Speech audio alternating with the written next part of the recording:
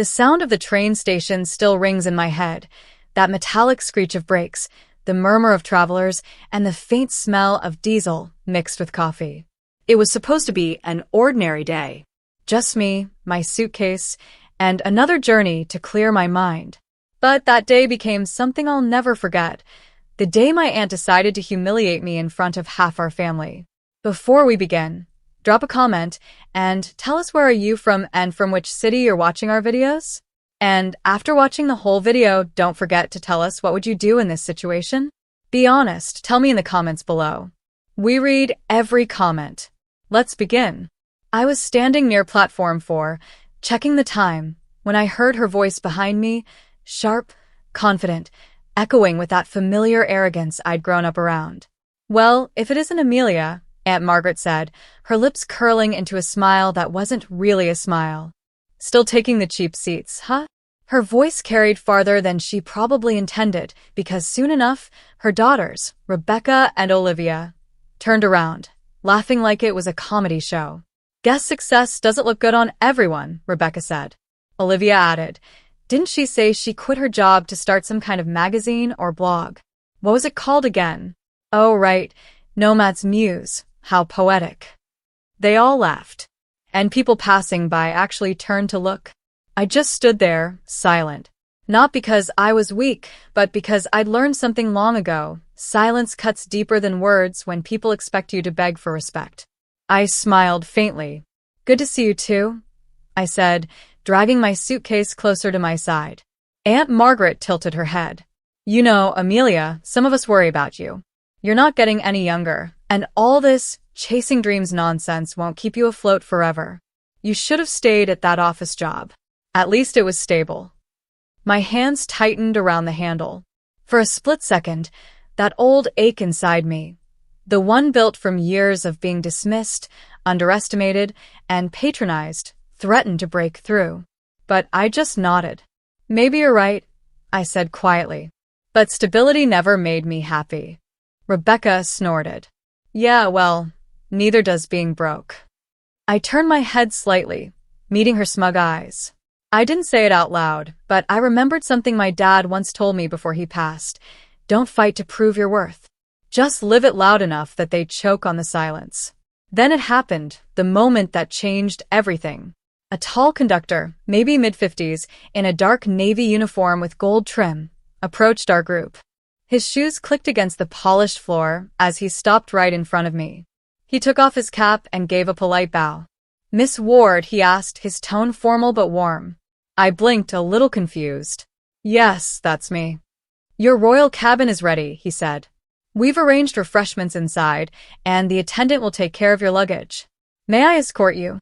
I swear you could have heard a pin drop. My aunt's smile froze. Rebecca's jaw actually fell open. Olivia stopped mid-sentence. Aunt Margaret stuttered. Our royal cabin? There must be some mistake. She can't possibly. The conductor turned to her politely. No mistake, ma'am. Miss Amelia Ward booked the exclusive royal cabin through the partnership with Nomad's Muse. She's expected aboard immediately. My heart pounded, not from pride, but from that surreal moment when life suddenly decides to repay every ounce of humiliation you've endured. I looked at my aunt, whose face had turned the same shade as her lipstick, pale red and trembling. I smiled. Well, looks like my cheap seat got an upgrade. The attendants came forward and gently lifted my single suitcase onto a polished luggage cart. The sight must have stung even more. They all traveled with designer luggage, yet there I was, with one scuffed suitcase, being escorted like someone important. Rebecca whispered, You're kidding.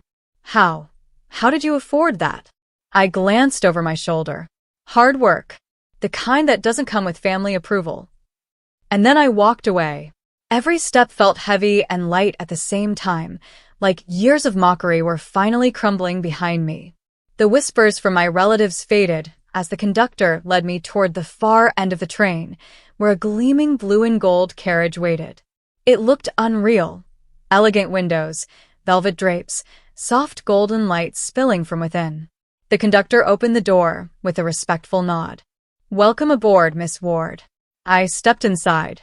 The air smelled faintly of cedar and champagne.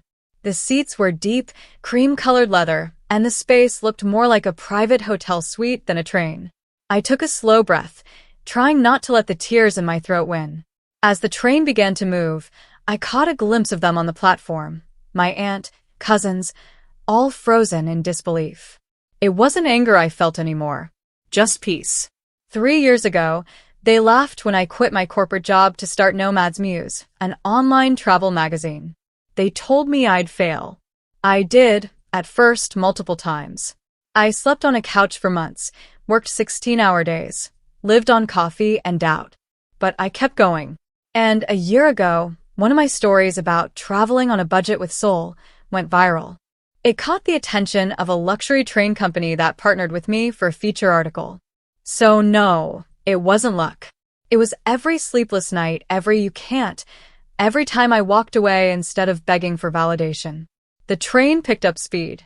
I rested my head against the window, watching the scenery blur past. The reflection looking back at me wasn't the timid girl they once laughed at. It was someone who had built her own ticket, one no one else could buy. I thought I'd left them behind. I really did. But fate, as always, had a wicked sense of humor. Not 20 minutes after departure, the door to my royal cabin clicked open, and there she was. Aunt Margaret. Her pearl earrings trembled with every breath she took. Her composure cracked like old paint. Behind her stood Rebecca and Olivia, pretending to look curious instead of humiliated. "Oh, Amelia," Aunt Margaret said, forcing a smile so tight it could have cut glass. "We didn't realize this was your cabin. The staff said we could tour the train's luxury section." The lie was obvious, but I didn't call her out. I just gestured to the seats across from me. "Sure," I said. "You've always liked looking around at things that don't belong to you." Her eyes narrowed for half a second before she fake laughed. "You've gotten bold," she said softly, trying to regain her upper hand. "I suppose success changes people." I leaned back, folding my arms. "No, Aunt. Failure does. It either breaks you or it builds you." The words hung in the air. Rebecca shifted awkwardly, eyes darting around the cabin. "Wow, this place is incredible," she said, trying to sound casual. "So, are you working for the company or something?" "I'm writing about it," I said. "They partnered with my magazine." Olivia frowned. "Your magazine? You mean that little travel blog?" I smiled slowly. "That little blog pays more in a month than your fiancé's dealership makes in a year." That shut her up. Aunt Margaret's smile twitched, her voice turning sweet but venomous. "Oh, darling, no need to exaggerate. We all know how hard life can be when you don't have a safety net." I stared at her for a long moment. "You're right," I said quietly. "I didn't have one. You made sure of that when you convinced my parents to stop helping me. You called me a lost cause. Remember?" The fake politeness drained from her face. The train hummed around us, the sound of the wheels against the rails filling the silence. Margaret opened her mouth, then closed it again. For the first time in years, she looked small, human. I continued, my voice steady but low. "You taught me that no one's coming to save you, that if you want to stand tall, you build your own ground. So yes, I failed again and again. But every failure was a brick. And now I'm standing on something you can't tear down." The cabin fell silent. Even Rebecca and Olivia couldn't look me in the eye. Outside, the train cut through green fields bathed in sunlight, calm, steady, unstoppable. Then Aunt Margaret whispered, "You know, I didn't mean to hurt you. I just wanted you to make better choices." I nodded slowly. I believe that. But sometimes people disguise cruelty as advice. You wanted me to stay small so you could keep feeling big. For once, she didn't have a comeback. The conductor appeared at the door, knocking gently. "Miss Ward, lunch is being served in the first-class dining carriage. Would you like me to escort your guests as well?" I smiled politely. "No, thank you. They'll be returning to their section." He nodded and stepped aside. I stood, straightened my jacket, and picked up my tablet. "Enjoy the rest of your ride," I said softly, walking past them. As I entered the dining carriage, I caught my reflection in the window, composed, calm, unshakable. They'd tried to bury me years ago. They didn't realize I was a seed. The dining car shimmered with soft golden light and the gentle rhythm of the moving train.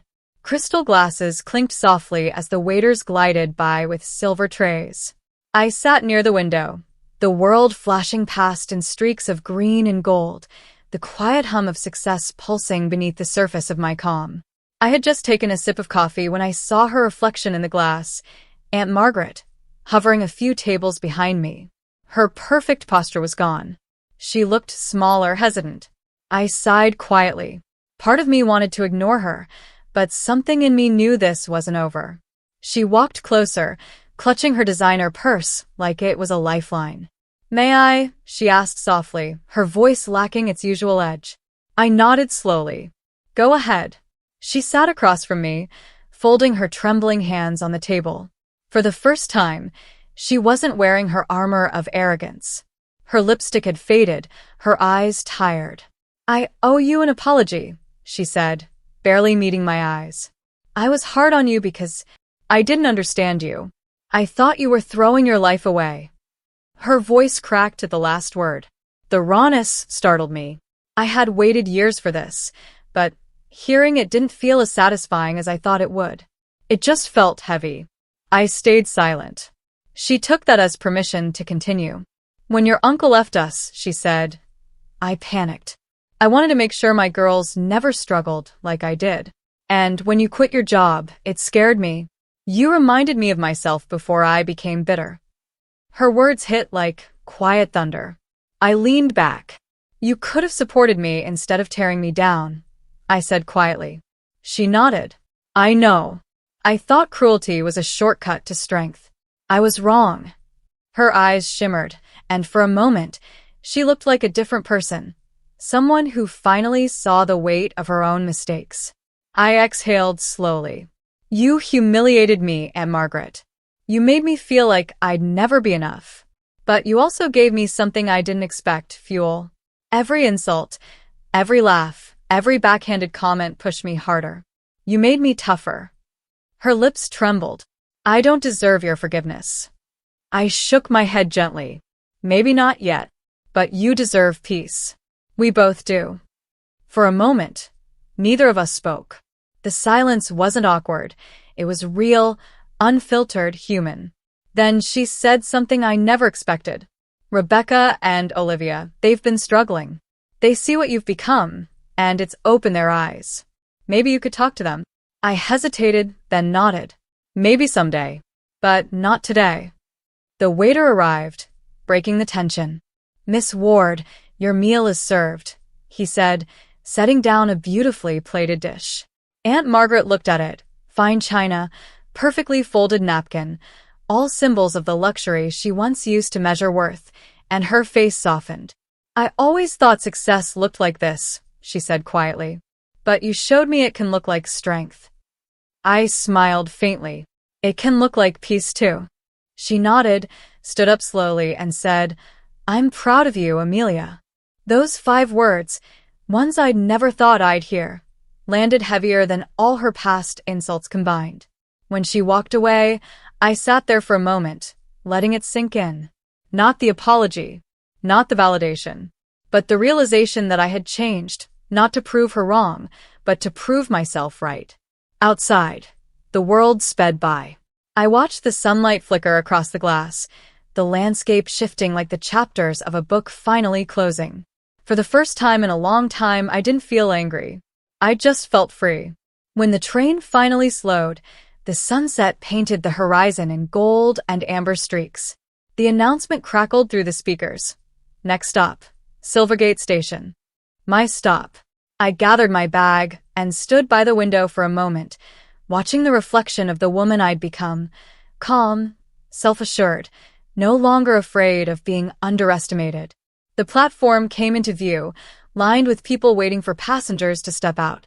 But what caught me off guard was the small crowd near the front, holding cameras and banners with my magazine's logo, Nomad's Muse. My heart stilled. The company had arranged a small media event for my feature piece.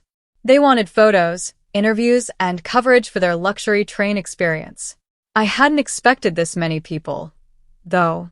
As I stepped off, flashes went off instantly. Reporters moved closer. Miss Ward, over here. Can you tell us what inspired Nomad's muse? How does it feel to partner with one of the most exclusive rail lines in the country? I smiled, answering calmly, it feels like the journey was worth every mile.